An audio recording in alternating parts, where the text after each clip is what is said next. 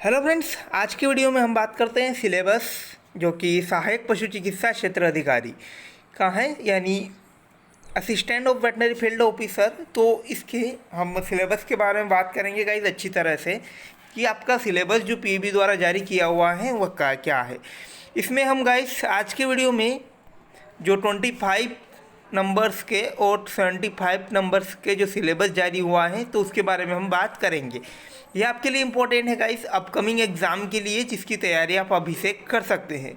तो 25 नंबर्स में जो आएंगे आपके सामान्य ज्ञान, सामान्य हिंदी, जनरल इंग्लिश, जनरल गणित और सामान्य विज्ञान के साथ सामान्य अभिरुचि। ये जो 6 टॉपिक हैं गाइस, ये 25 नंबर्स के में आने वाले हैं, और जबकि 75 में आपका रहेगा तकनीकी ट्रेड पर आधारित। इसका जो गाइस अलग से पीबी द्वारा जारी किया हुआ है सिलेबस 75 नंबर्स के लिए, तो उसके बारे में भी हम देखेंगे। तो वीडियो को पूरा करने से पहले यदि आप चैनल पर नए हो या पहली बार विजिट कर रहे हो तो चैनल को सब्सक्राइब ज़रूर कर दीजिएगा, साथ ही में बेल आइकन प्रेस कर लीजिए ताकि कोई नई अपडेट आए तो उसे आप मिस न कर पाए। तो अब बात कर लेते हैं 75 नंबर्स के क्वेश्चन जो पेपर आने वाला है उसके सिलेबस के बारे में। गाइस यदि आप इसकी तैयारी, अगर नेक्स्ट अपकमिंग एग्ज़ाम की तैयारी आप अभी से कर रहे हो तो आपको सिलेबस के बारे में अच्छी तरह जानकारी होना बेहद ज़रूरी है, तभी जाकर आप नेक्स्ट एग्ज़ाम को अच्छी तरह क्वालिफाई कर पाओगे। तो उसके लिए आपको तैयारी भी अभी से ही करना होगी। तो तकनीकी ट्रेड पर आधारित इसके सिलेबस देखते हैं assistant of veterinary field officer का। ये हमारा सिलेबस है गाइस, पाठ्यक्रम सहायक पशु चिकित्सा क्षेत्र अधिकारी, जिसका फर्स्ट विषय है अस्थि एवं संधि जोड़ विज्ञान।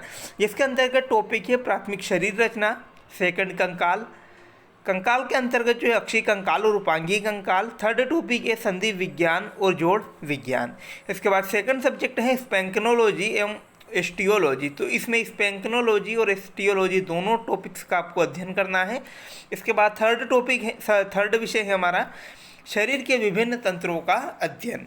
ये आपका फिजियोलॉजी का टॉपिक है गाइस। इससे ऊपर वाले जो थे आपके एनाटॉमी के थे। तो इसमें जो आएगा पशु की प्राथमिक शारीरिक संरचना, प्राथमिक पाचन तंत्र, प्राथमिक श्वसन तंत्र, प्राथमिक उत्सर्जन तंत्र और नर्वस सिस्टम। इसके अंतर्गत आपके ये टॉपिक रहने वाले हैं। टोटल 5 टॉपिक हैं फिजियोलॉजी के फर्स्ट वाले में। तो इसके बाद नेक्स्ट विषय अंतःस्रावी प्रजनन में दूध के विषयक। ये आपका जो आपने जो आपने कॉलेज किया हो तो आपके फर्स्ट सेम का ये फिजियोलॉजी 112 का सिलेबस है।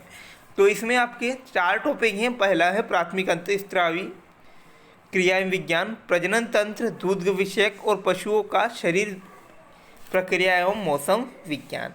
इसके बाद 5वां टॉपिक अंतःकरण से चयापचय। तो इसमें आपको एंजाइम, कार्बोहाइड्रेट का चयापचय और वसा का चयापचय और प्रोटीन का चयापचय और विटामिन, इन 5 टॉपिक्स का आपको इसमें अध्ययन करना है। इसके बाद छठा है कार्बोहाइड्रेट्स, वसा, प्रोटीन और नाभिकीय अम्लों का अध्ययन।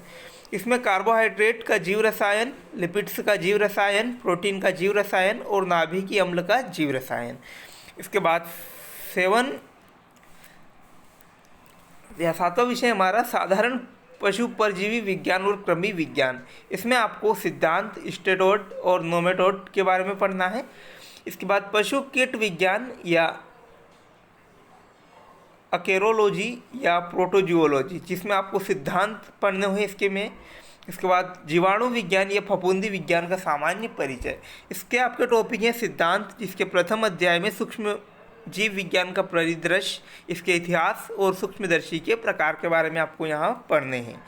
इसके बाद द्वितीय अध्याय में देखें तो जीवाणुओं की संरचना, गुण बढ़ाने एवं पहचान की विधियाँ, और तृतीय अध्याय में आपके हैं जीवाणु की संरचना, गुण बढ़ाने और पहचान की विधियाँ।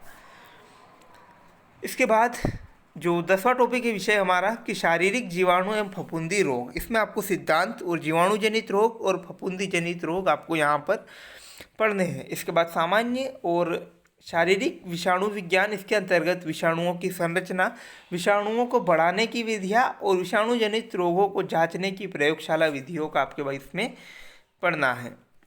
इसके बाद इसके बाद जो है विषय हमारे जनरल पशु रोग विज्ञान, इसके बाद विषय पैथोलॉजी और क्लिनिक पैथोलॉजी, और जो 15 विषय हमारा पशु पोषण के मूलभूत सिद्धांत, जिसके अंतर्गत पशुओं के स्वास्थ्य व उत्पादकता, पोषक तत्वों का महत्व, पोषक में उपयोग होने वाली विभिन्न शब्दावलियाँ और उनकी परिभाषा। इसके बाद पशु चारे व दाने की उपलब्धता, महत्व तथा खाद्य पदार्थ का वर्गीकरण। इसके बाद रोमांथी और अरोमांथी पदार्थों के पोषक तत्वों का पाचन। इसके बाद नेक्स्ट जो है प्रौद्योगिकी हमारा विषय। इसमें जो है गाइस निम्न स्तर पर चारे का भौतिक रासायनिक विधियों द्वारा उपचार कर पोषक तत्वों को बढ़ाना। इसके बाद जो है दाने प्रसंस्करण।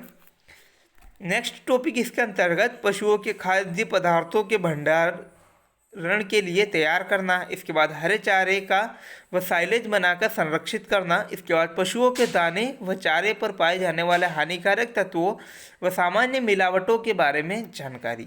इसके बाद पशुओं व पक्षियों के लिए फीड एडिटिव का उपयोग, ये इंपॉर्टेंट गाइस। इसके बाद रोमांथी पोषण के बारे में हम देखें, रूमेंट्स न्यूट्रिशन। तो इसके अंतर्गत टॉपिक पशुओं का वैज्ञानिक आहार पद्धति का महत्व, खाद्य मानकों का उपयोग तथा महत्व, संतुलित आहार एवं उनकी विशेषताएं। इसके अंतर्गत और टॉपिक हमारे आहार गणना के सामान्य सिद्धांत, गाय भैंसों की विभिन्न अवस्थाएं जैसे वृद्धि, परिपक्व, गाभीन, दुग्धावस्था तथा सूखी शुष्क अवस्था के लिए आहार निर्धारण।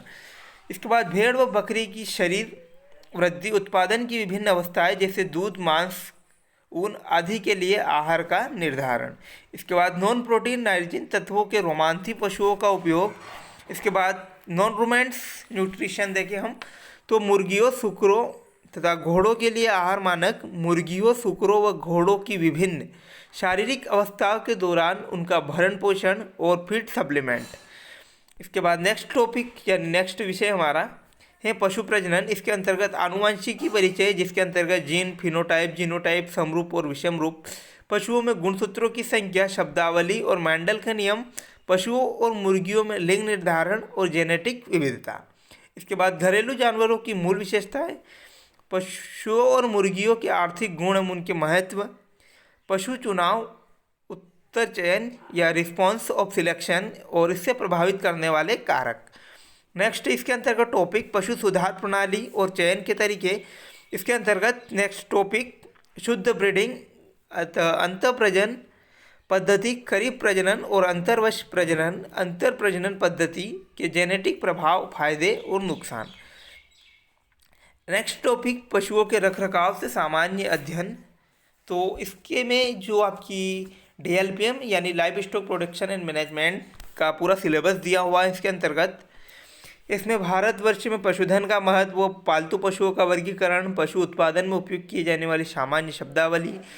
इसके बाद आपको सांख्यिकी इसकी जानकारी भी होना चाहिए कि कौन सा जो नस्ल है इसकी कितनी संख्याएं भारत में है। इसके बाद गाय, भैंस, बकरी, भेड़ की विभिन्न प्रजातियां, उसके लक्षण, पशुओं की शारीरिक मापदंड एवं चिन्हीकरण, पशुओं की उम्र एवं दंत विन्यास।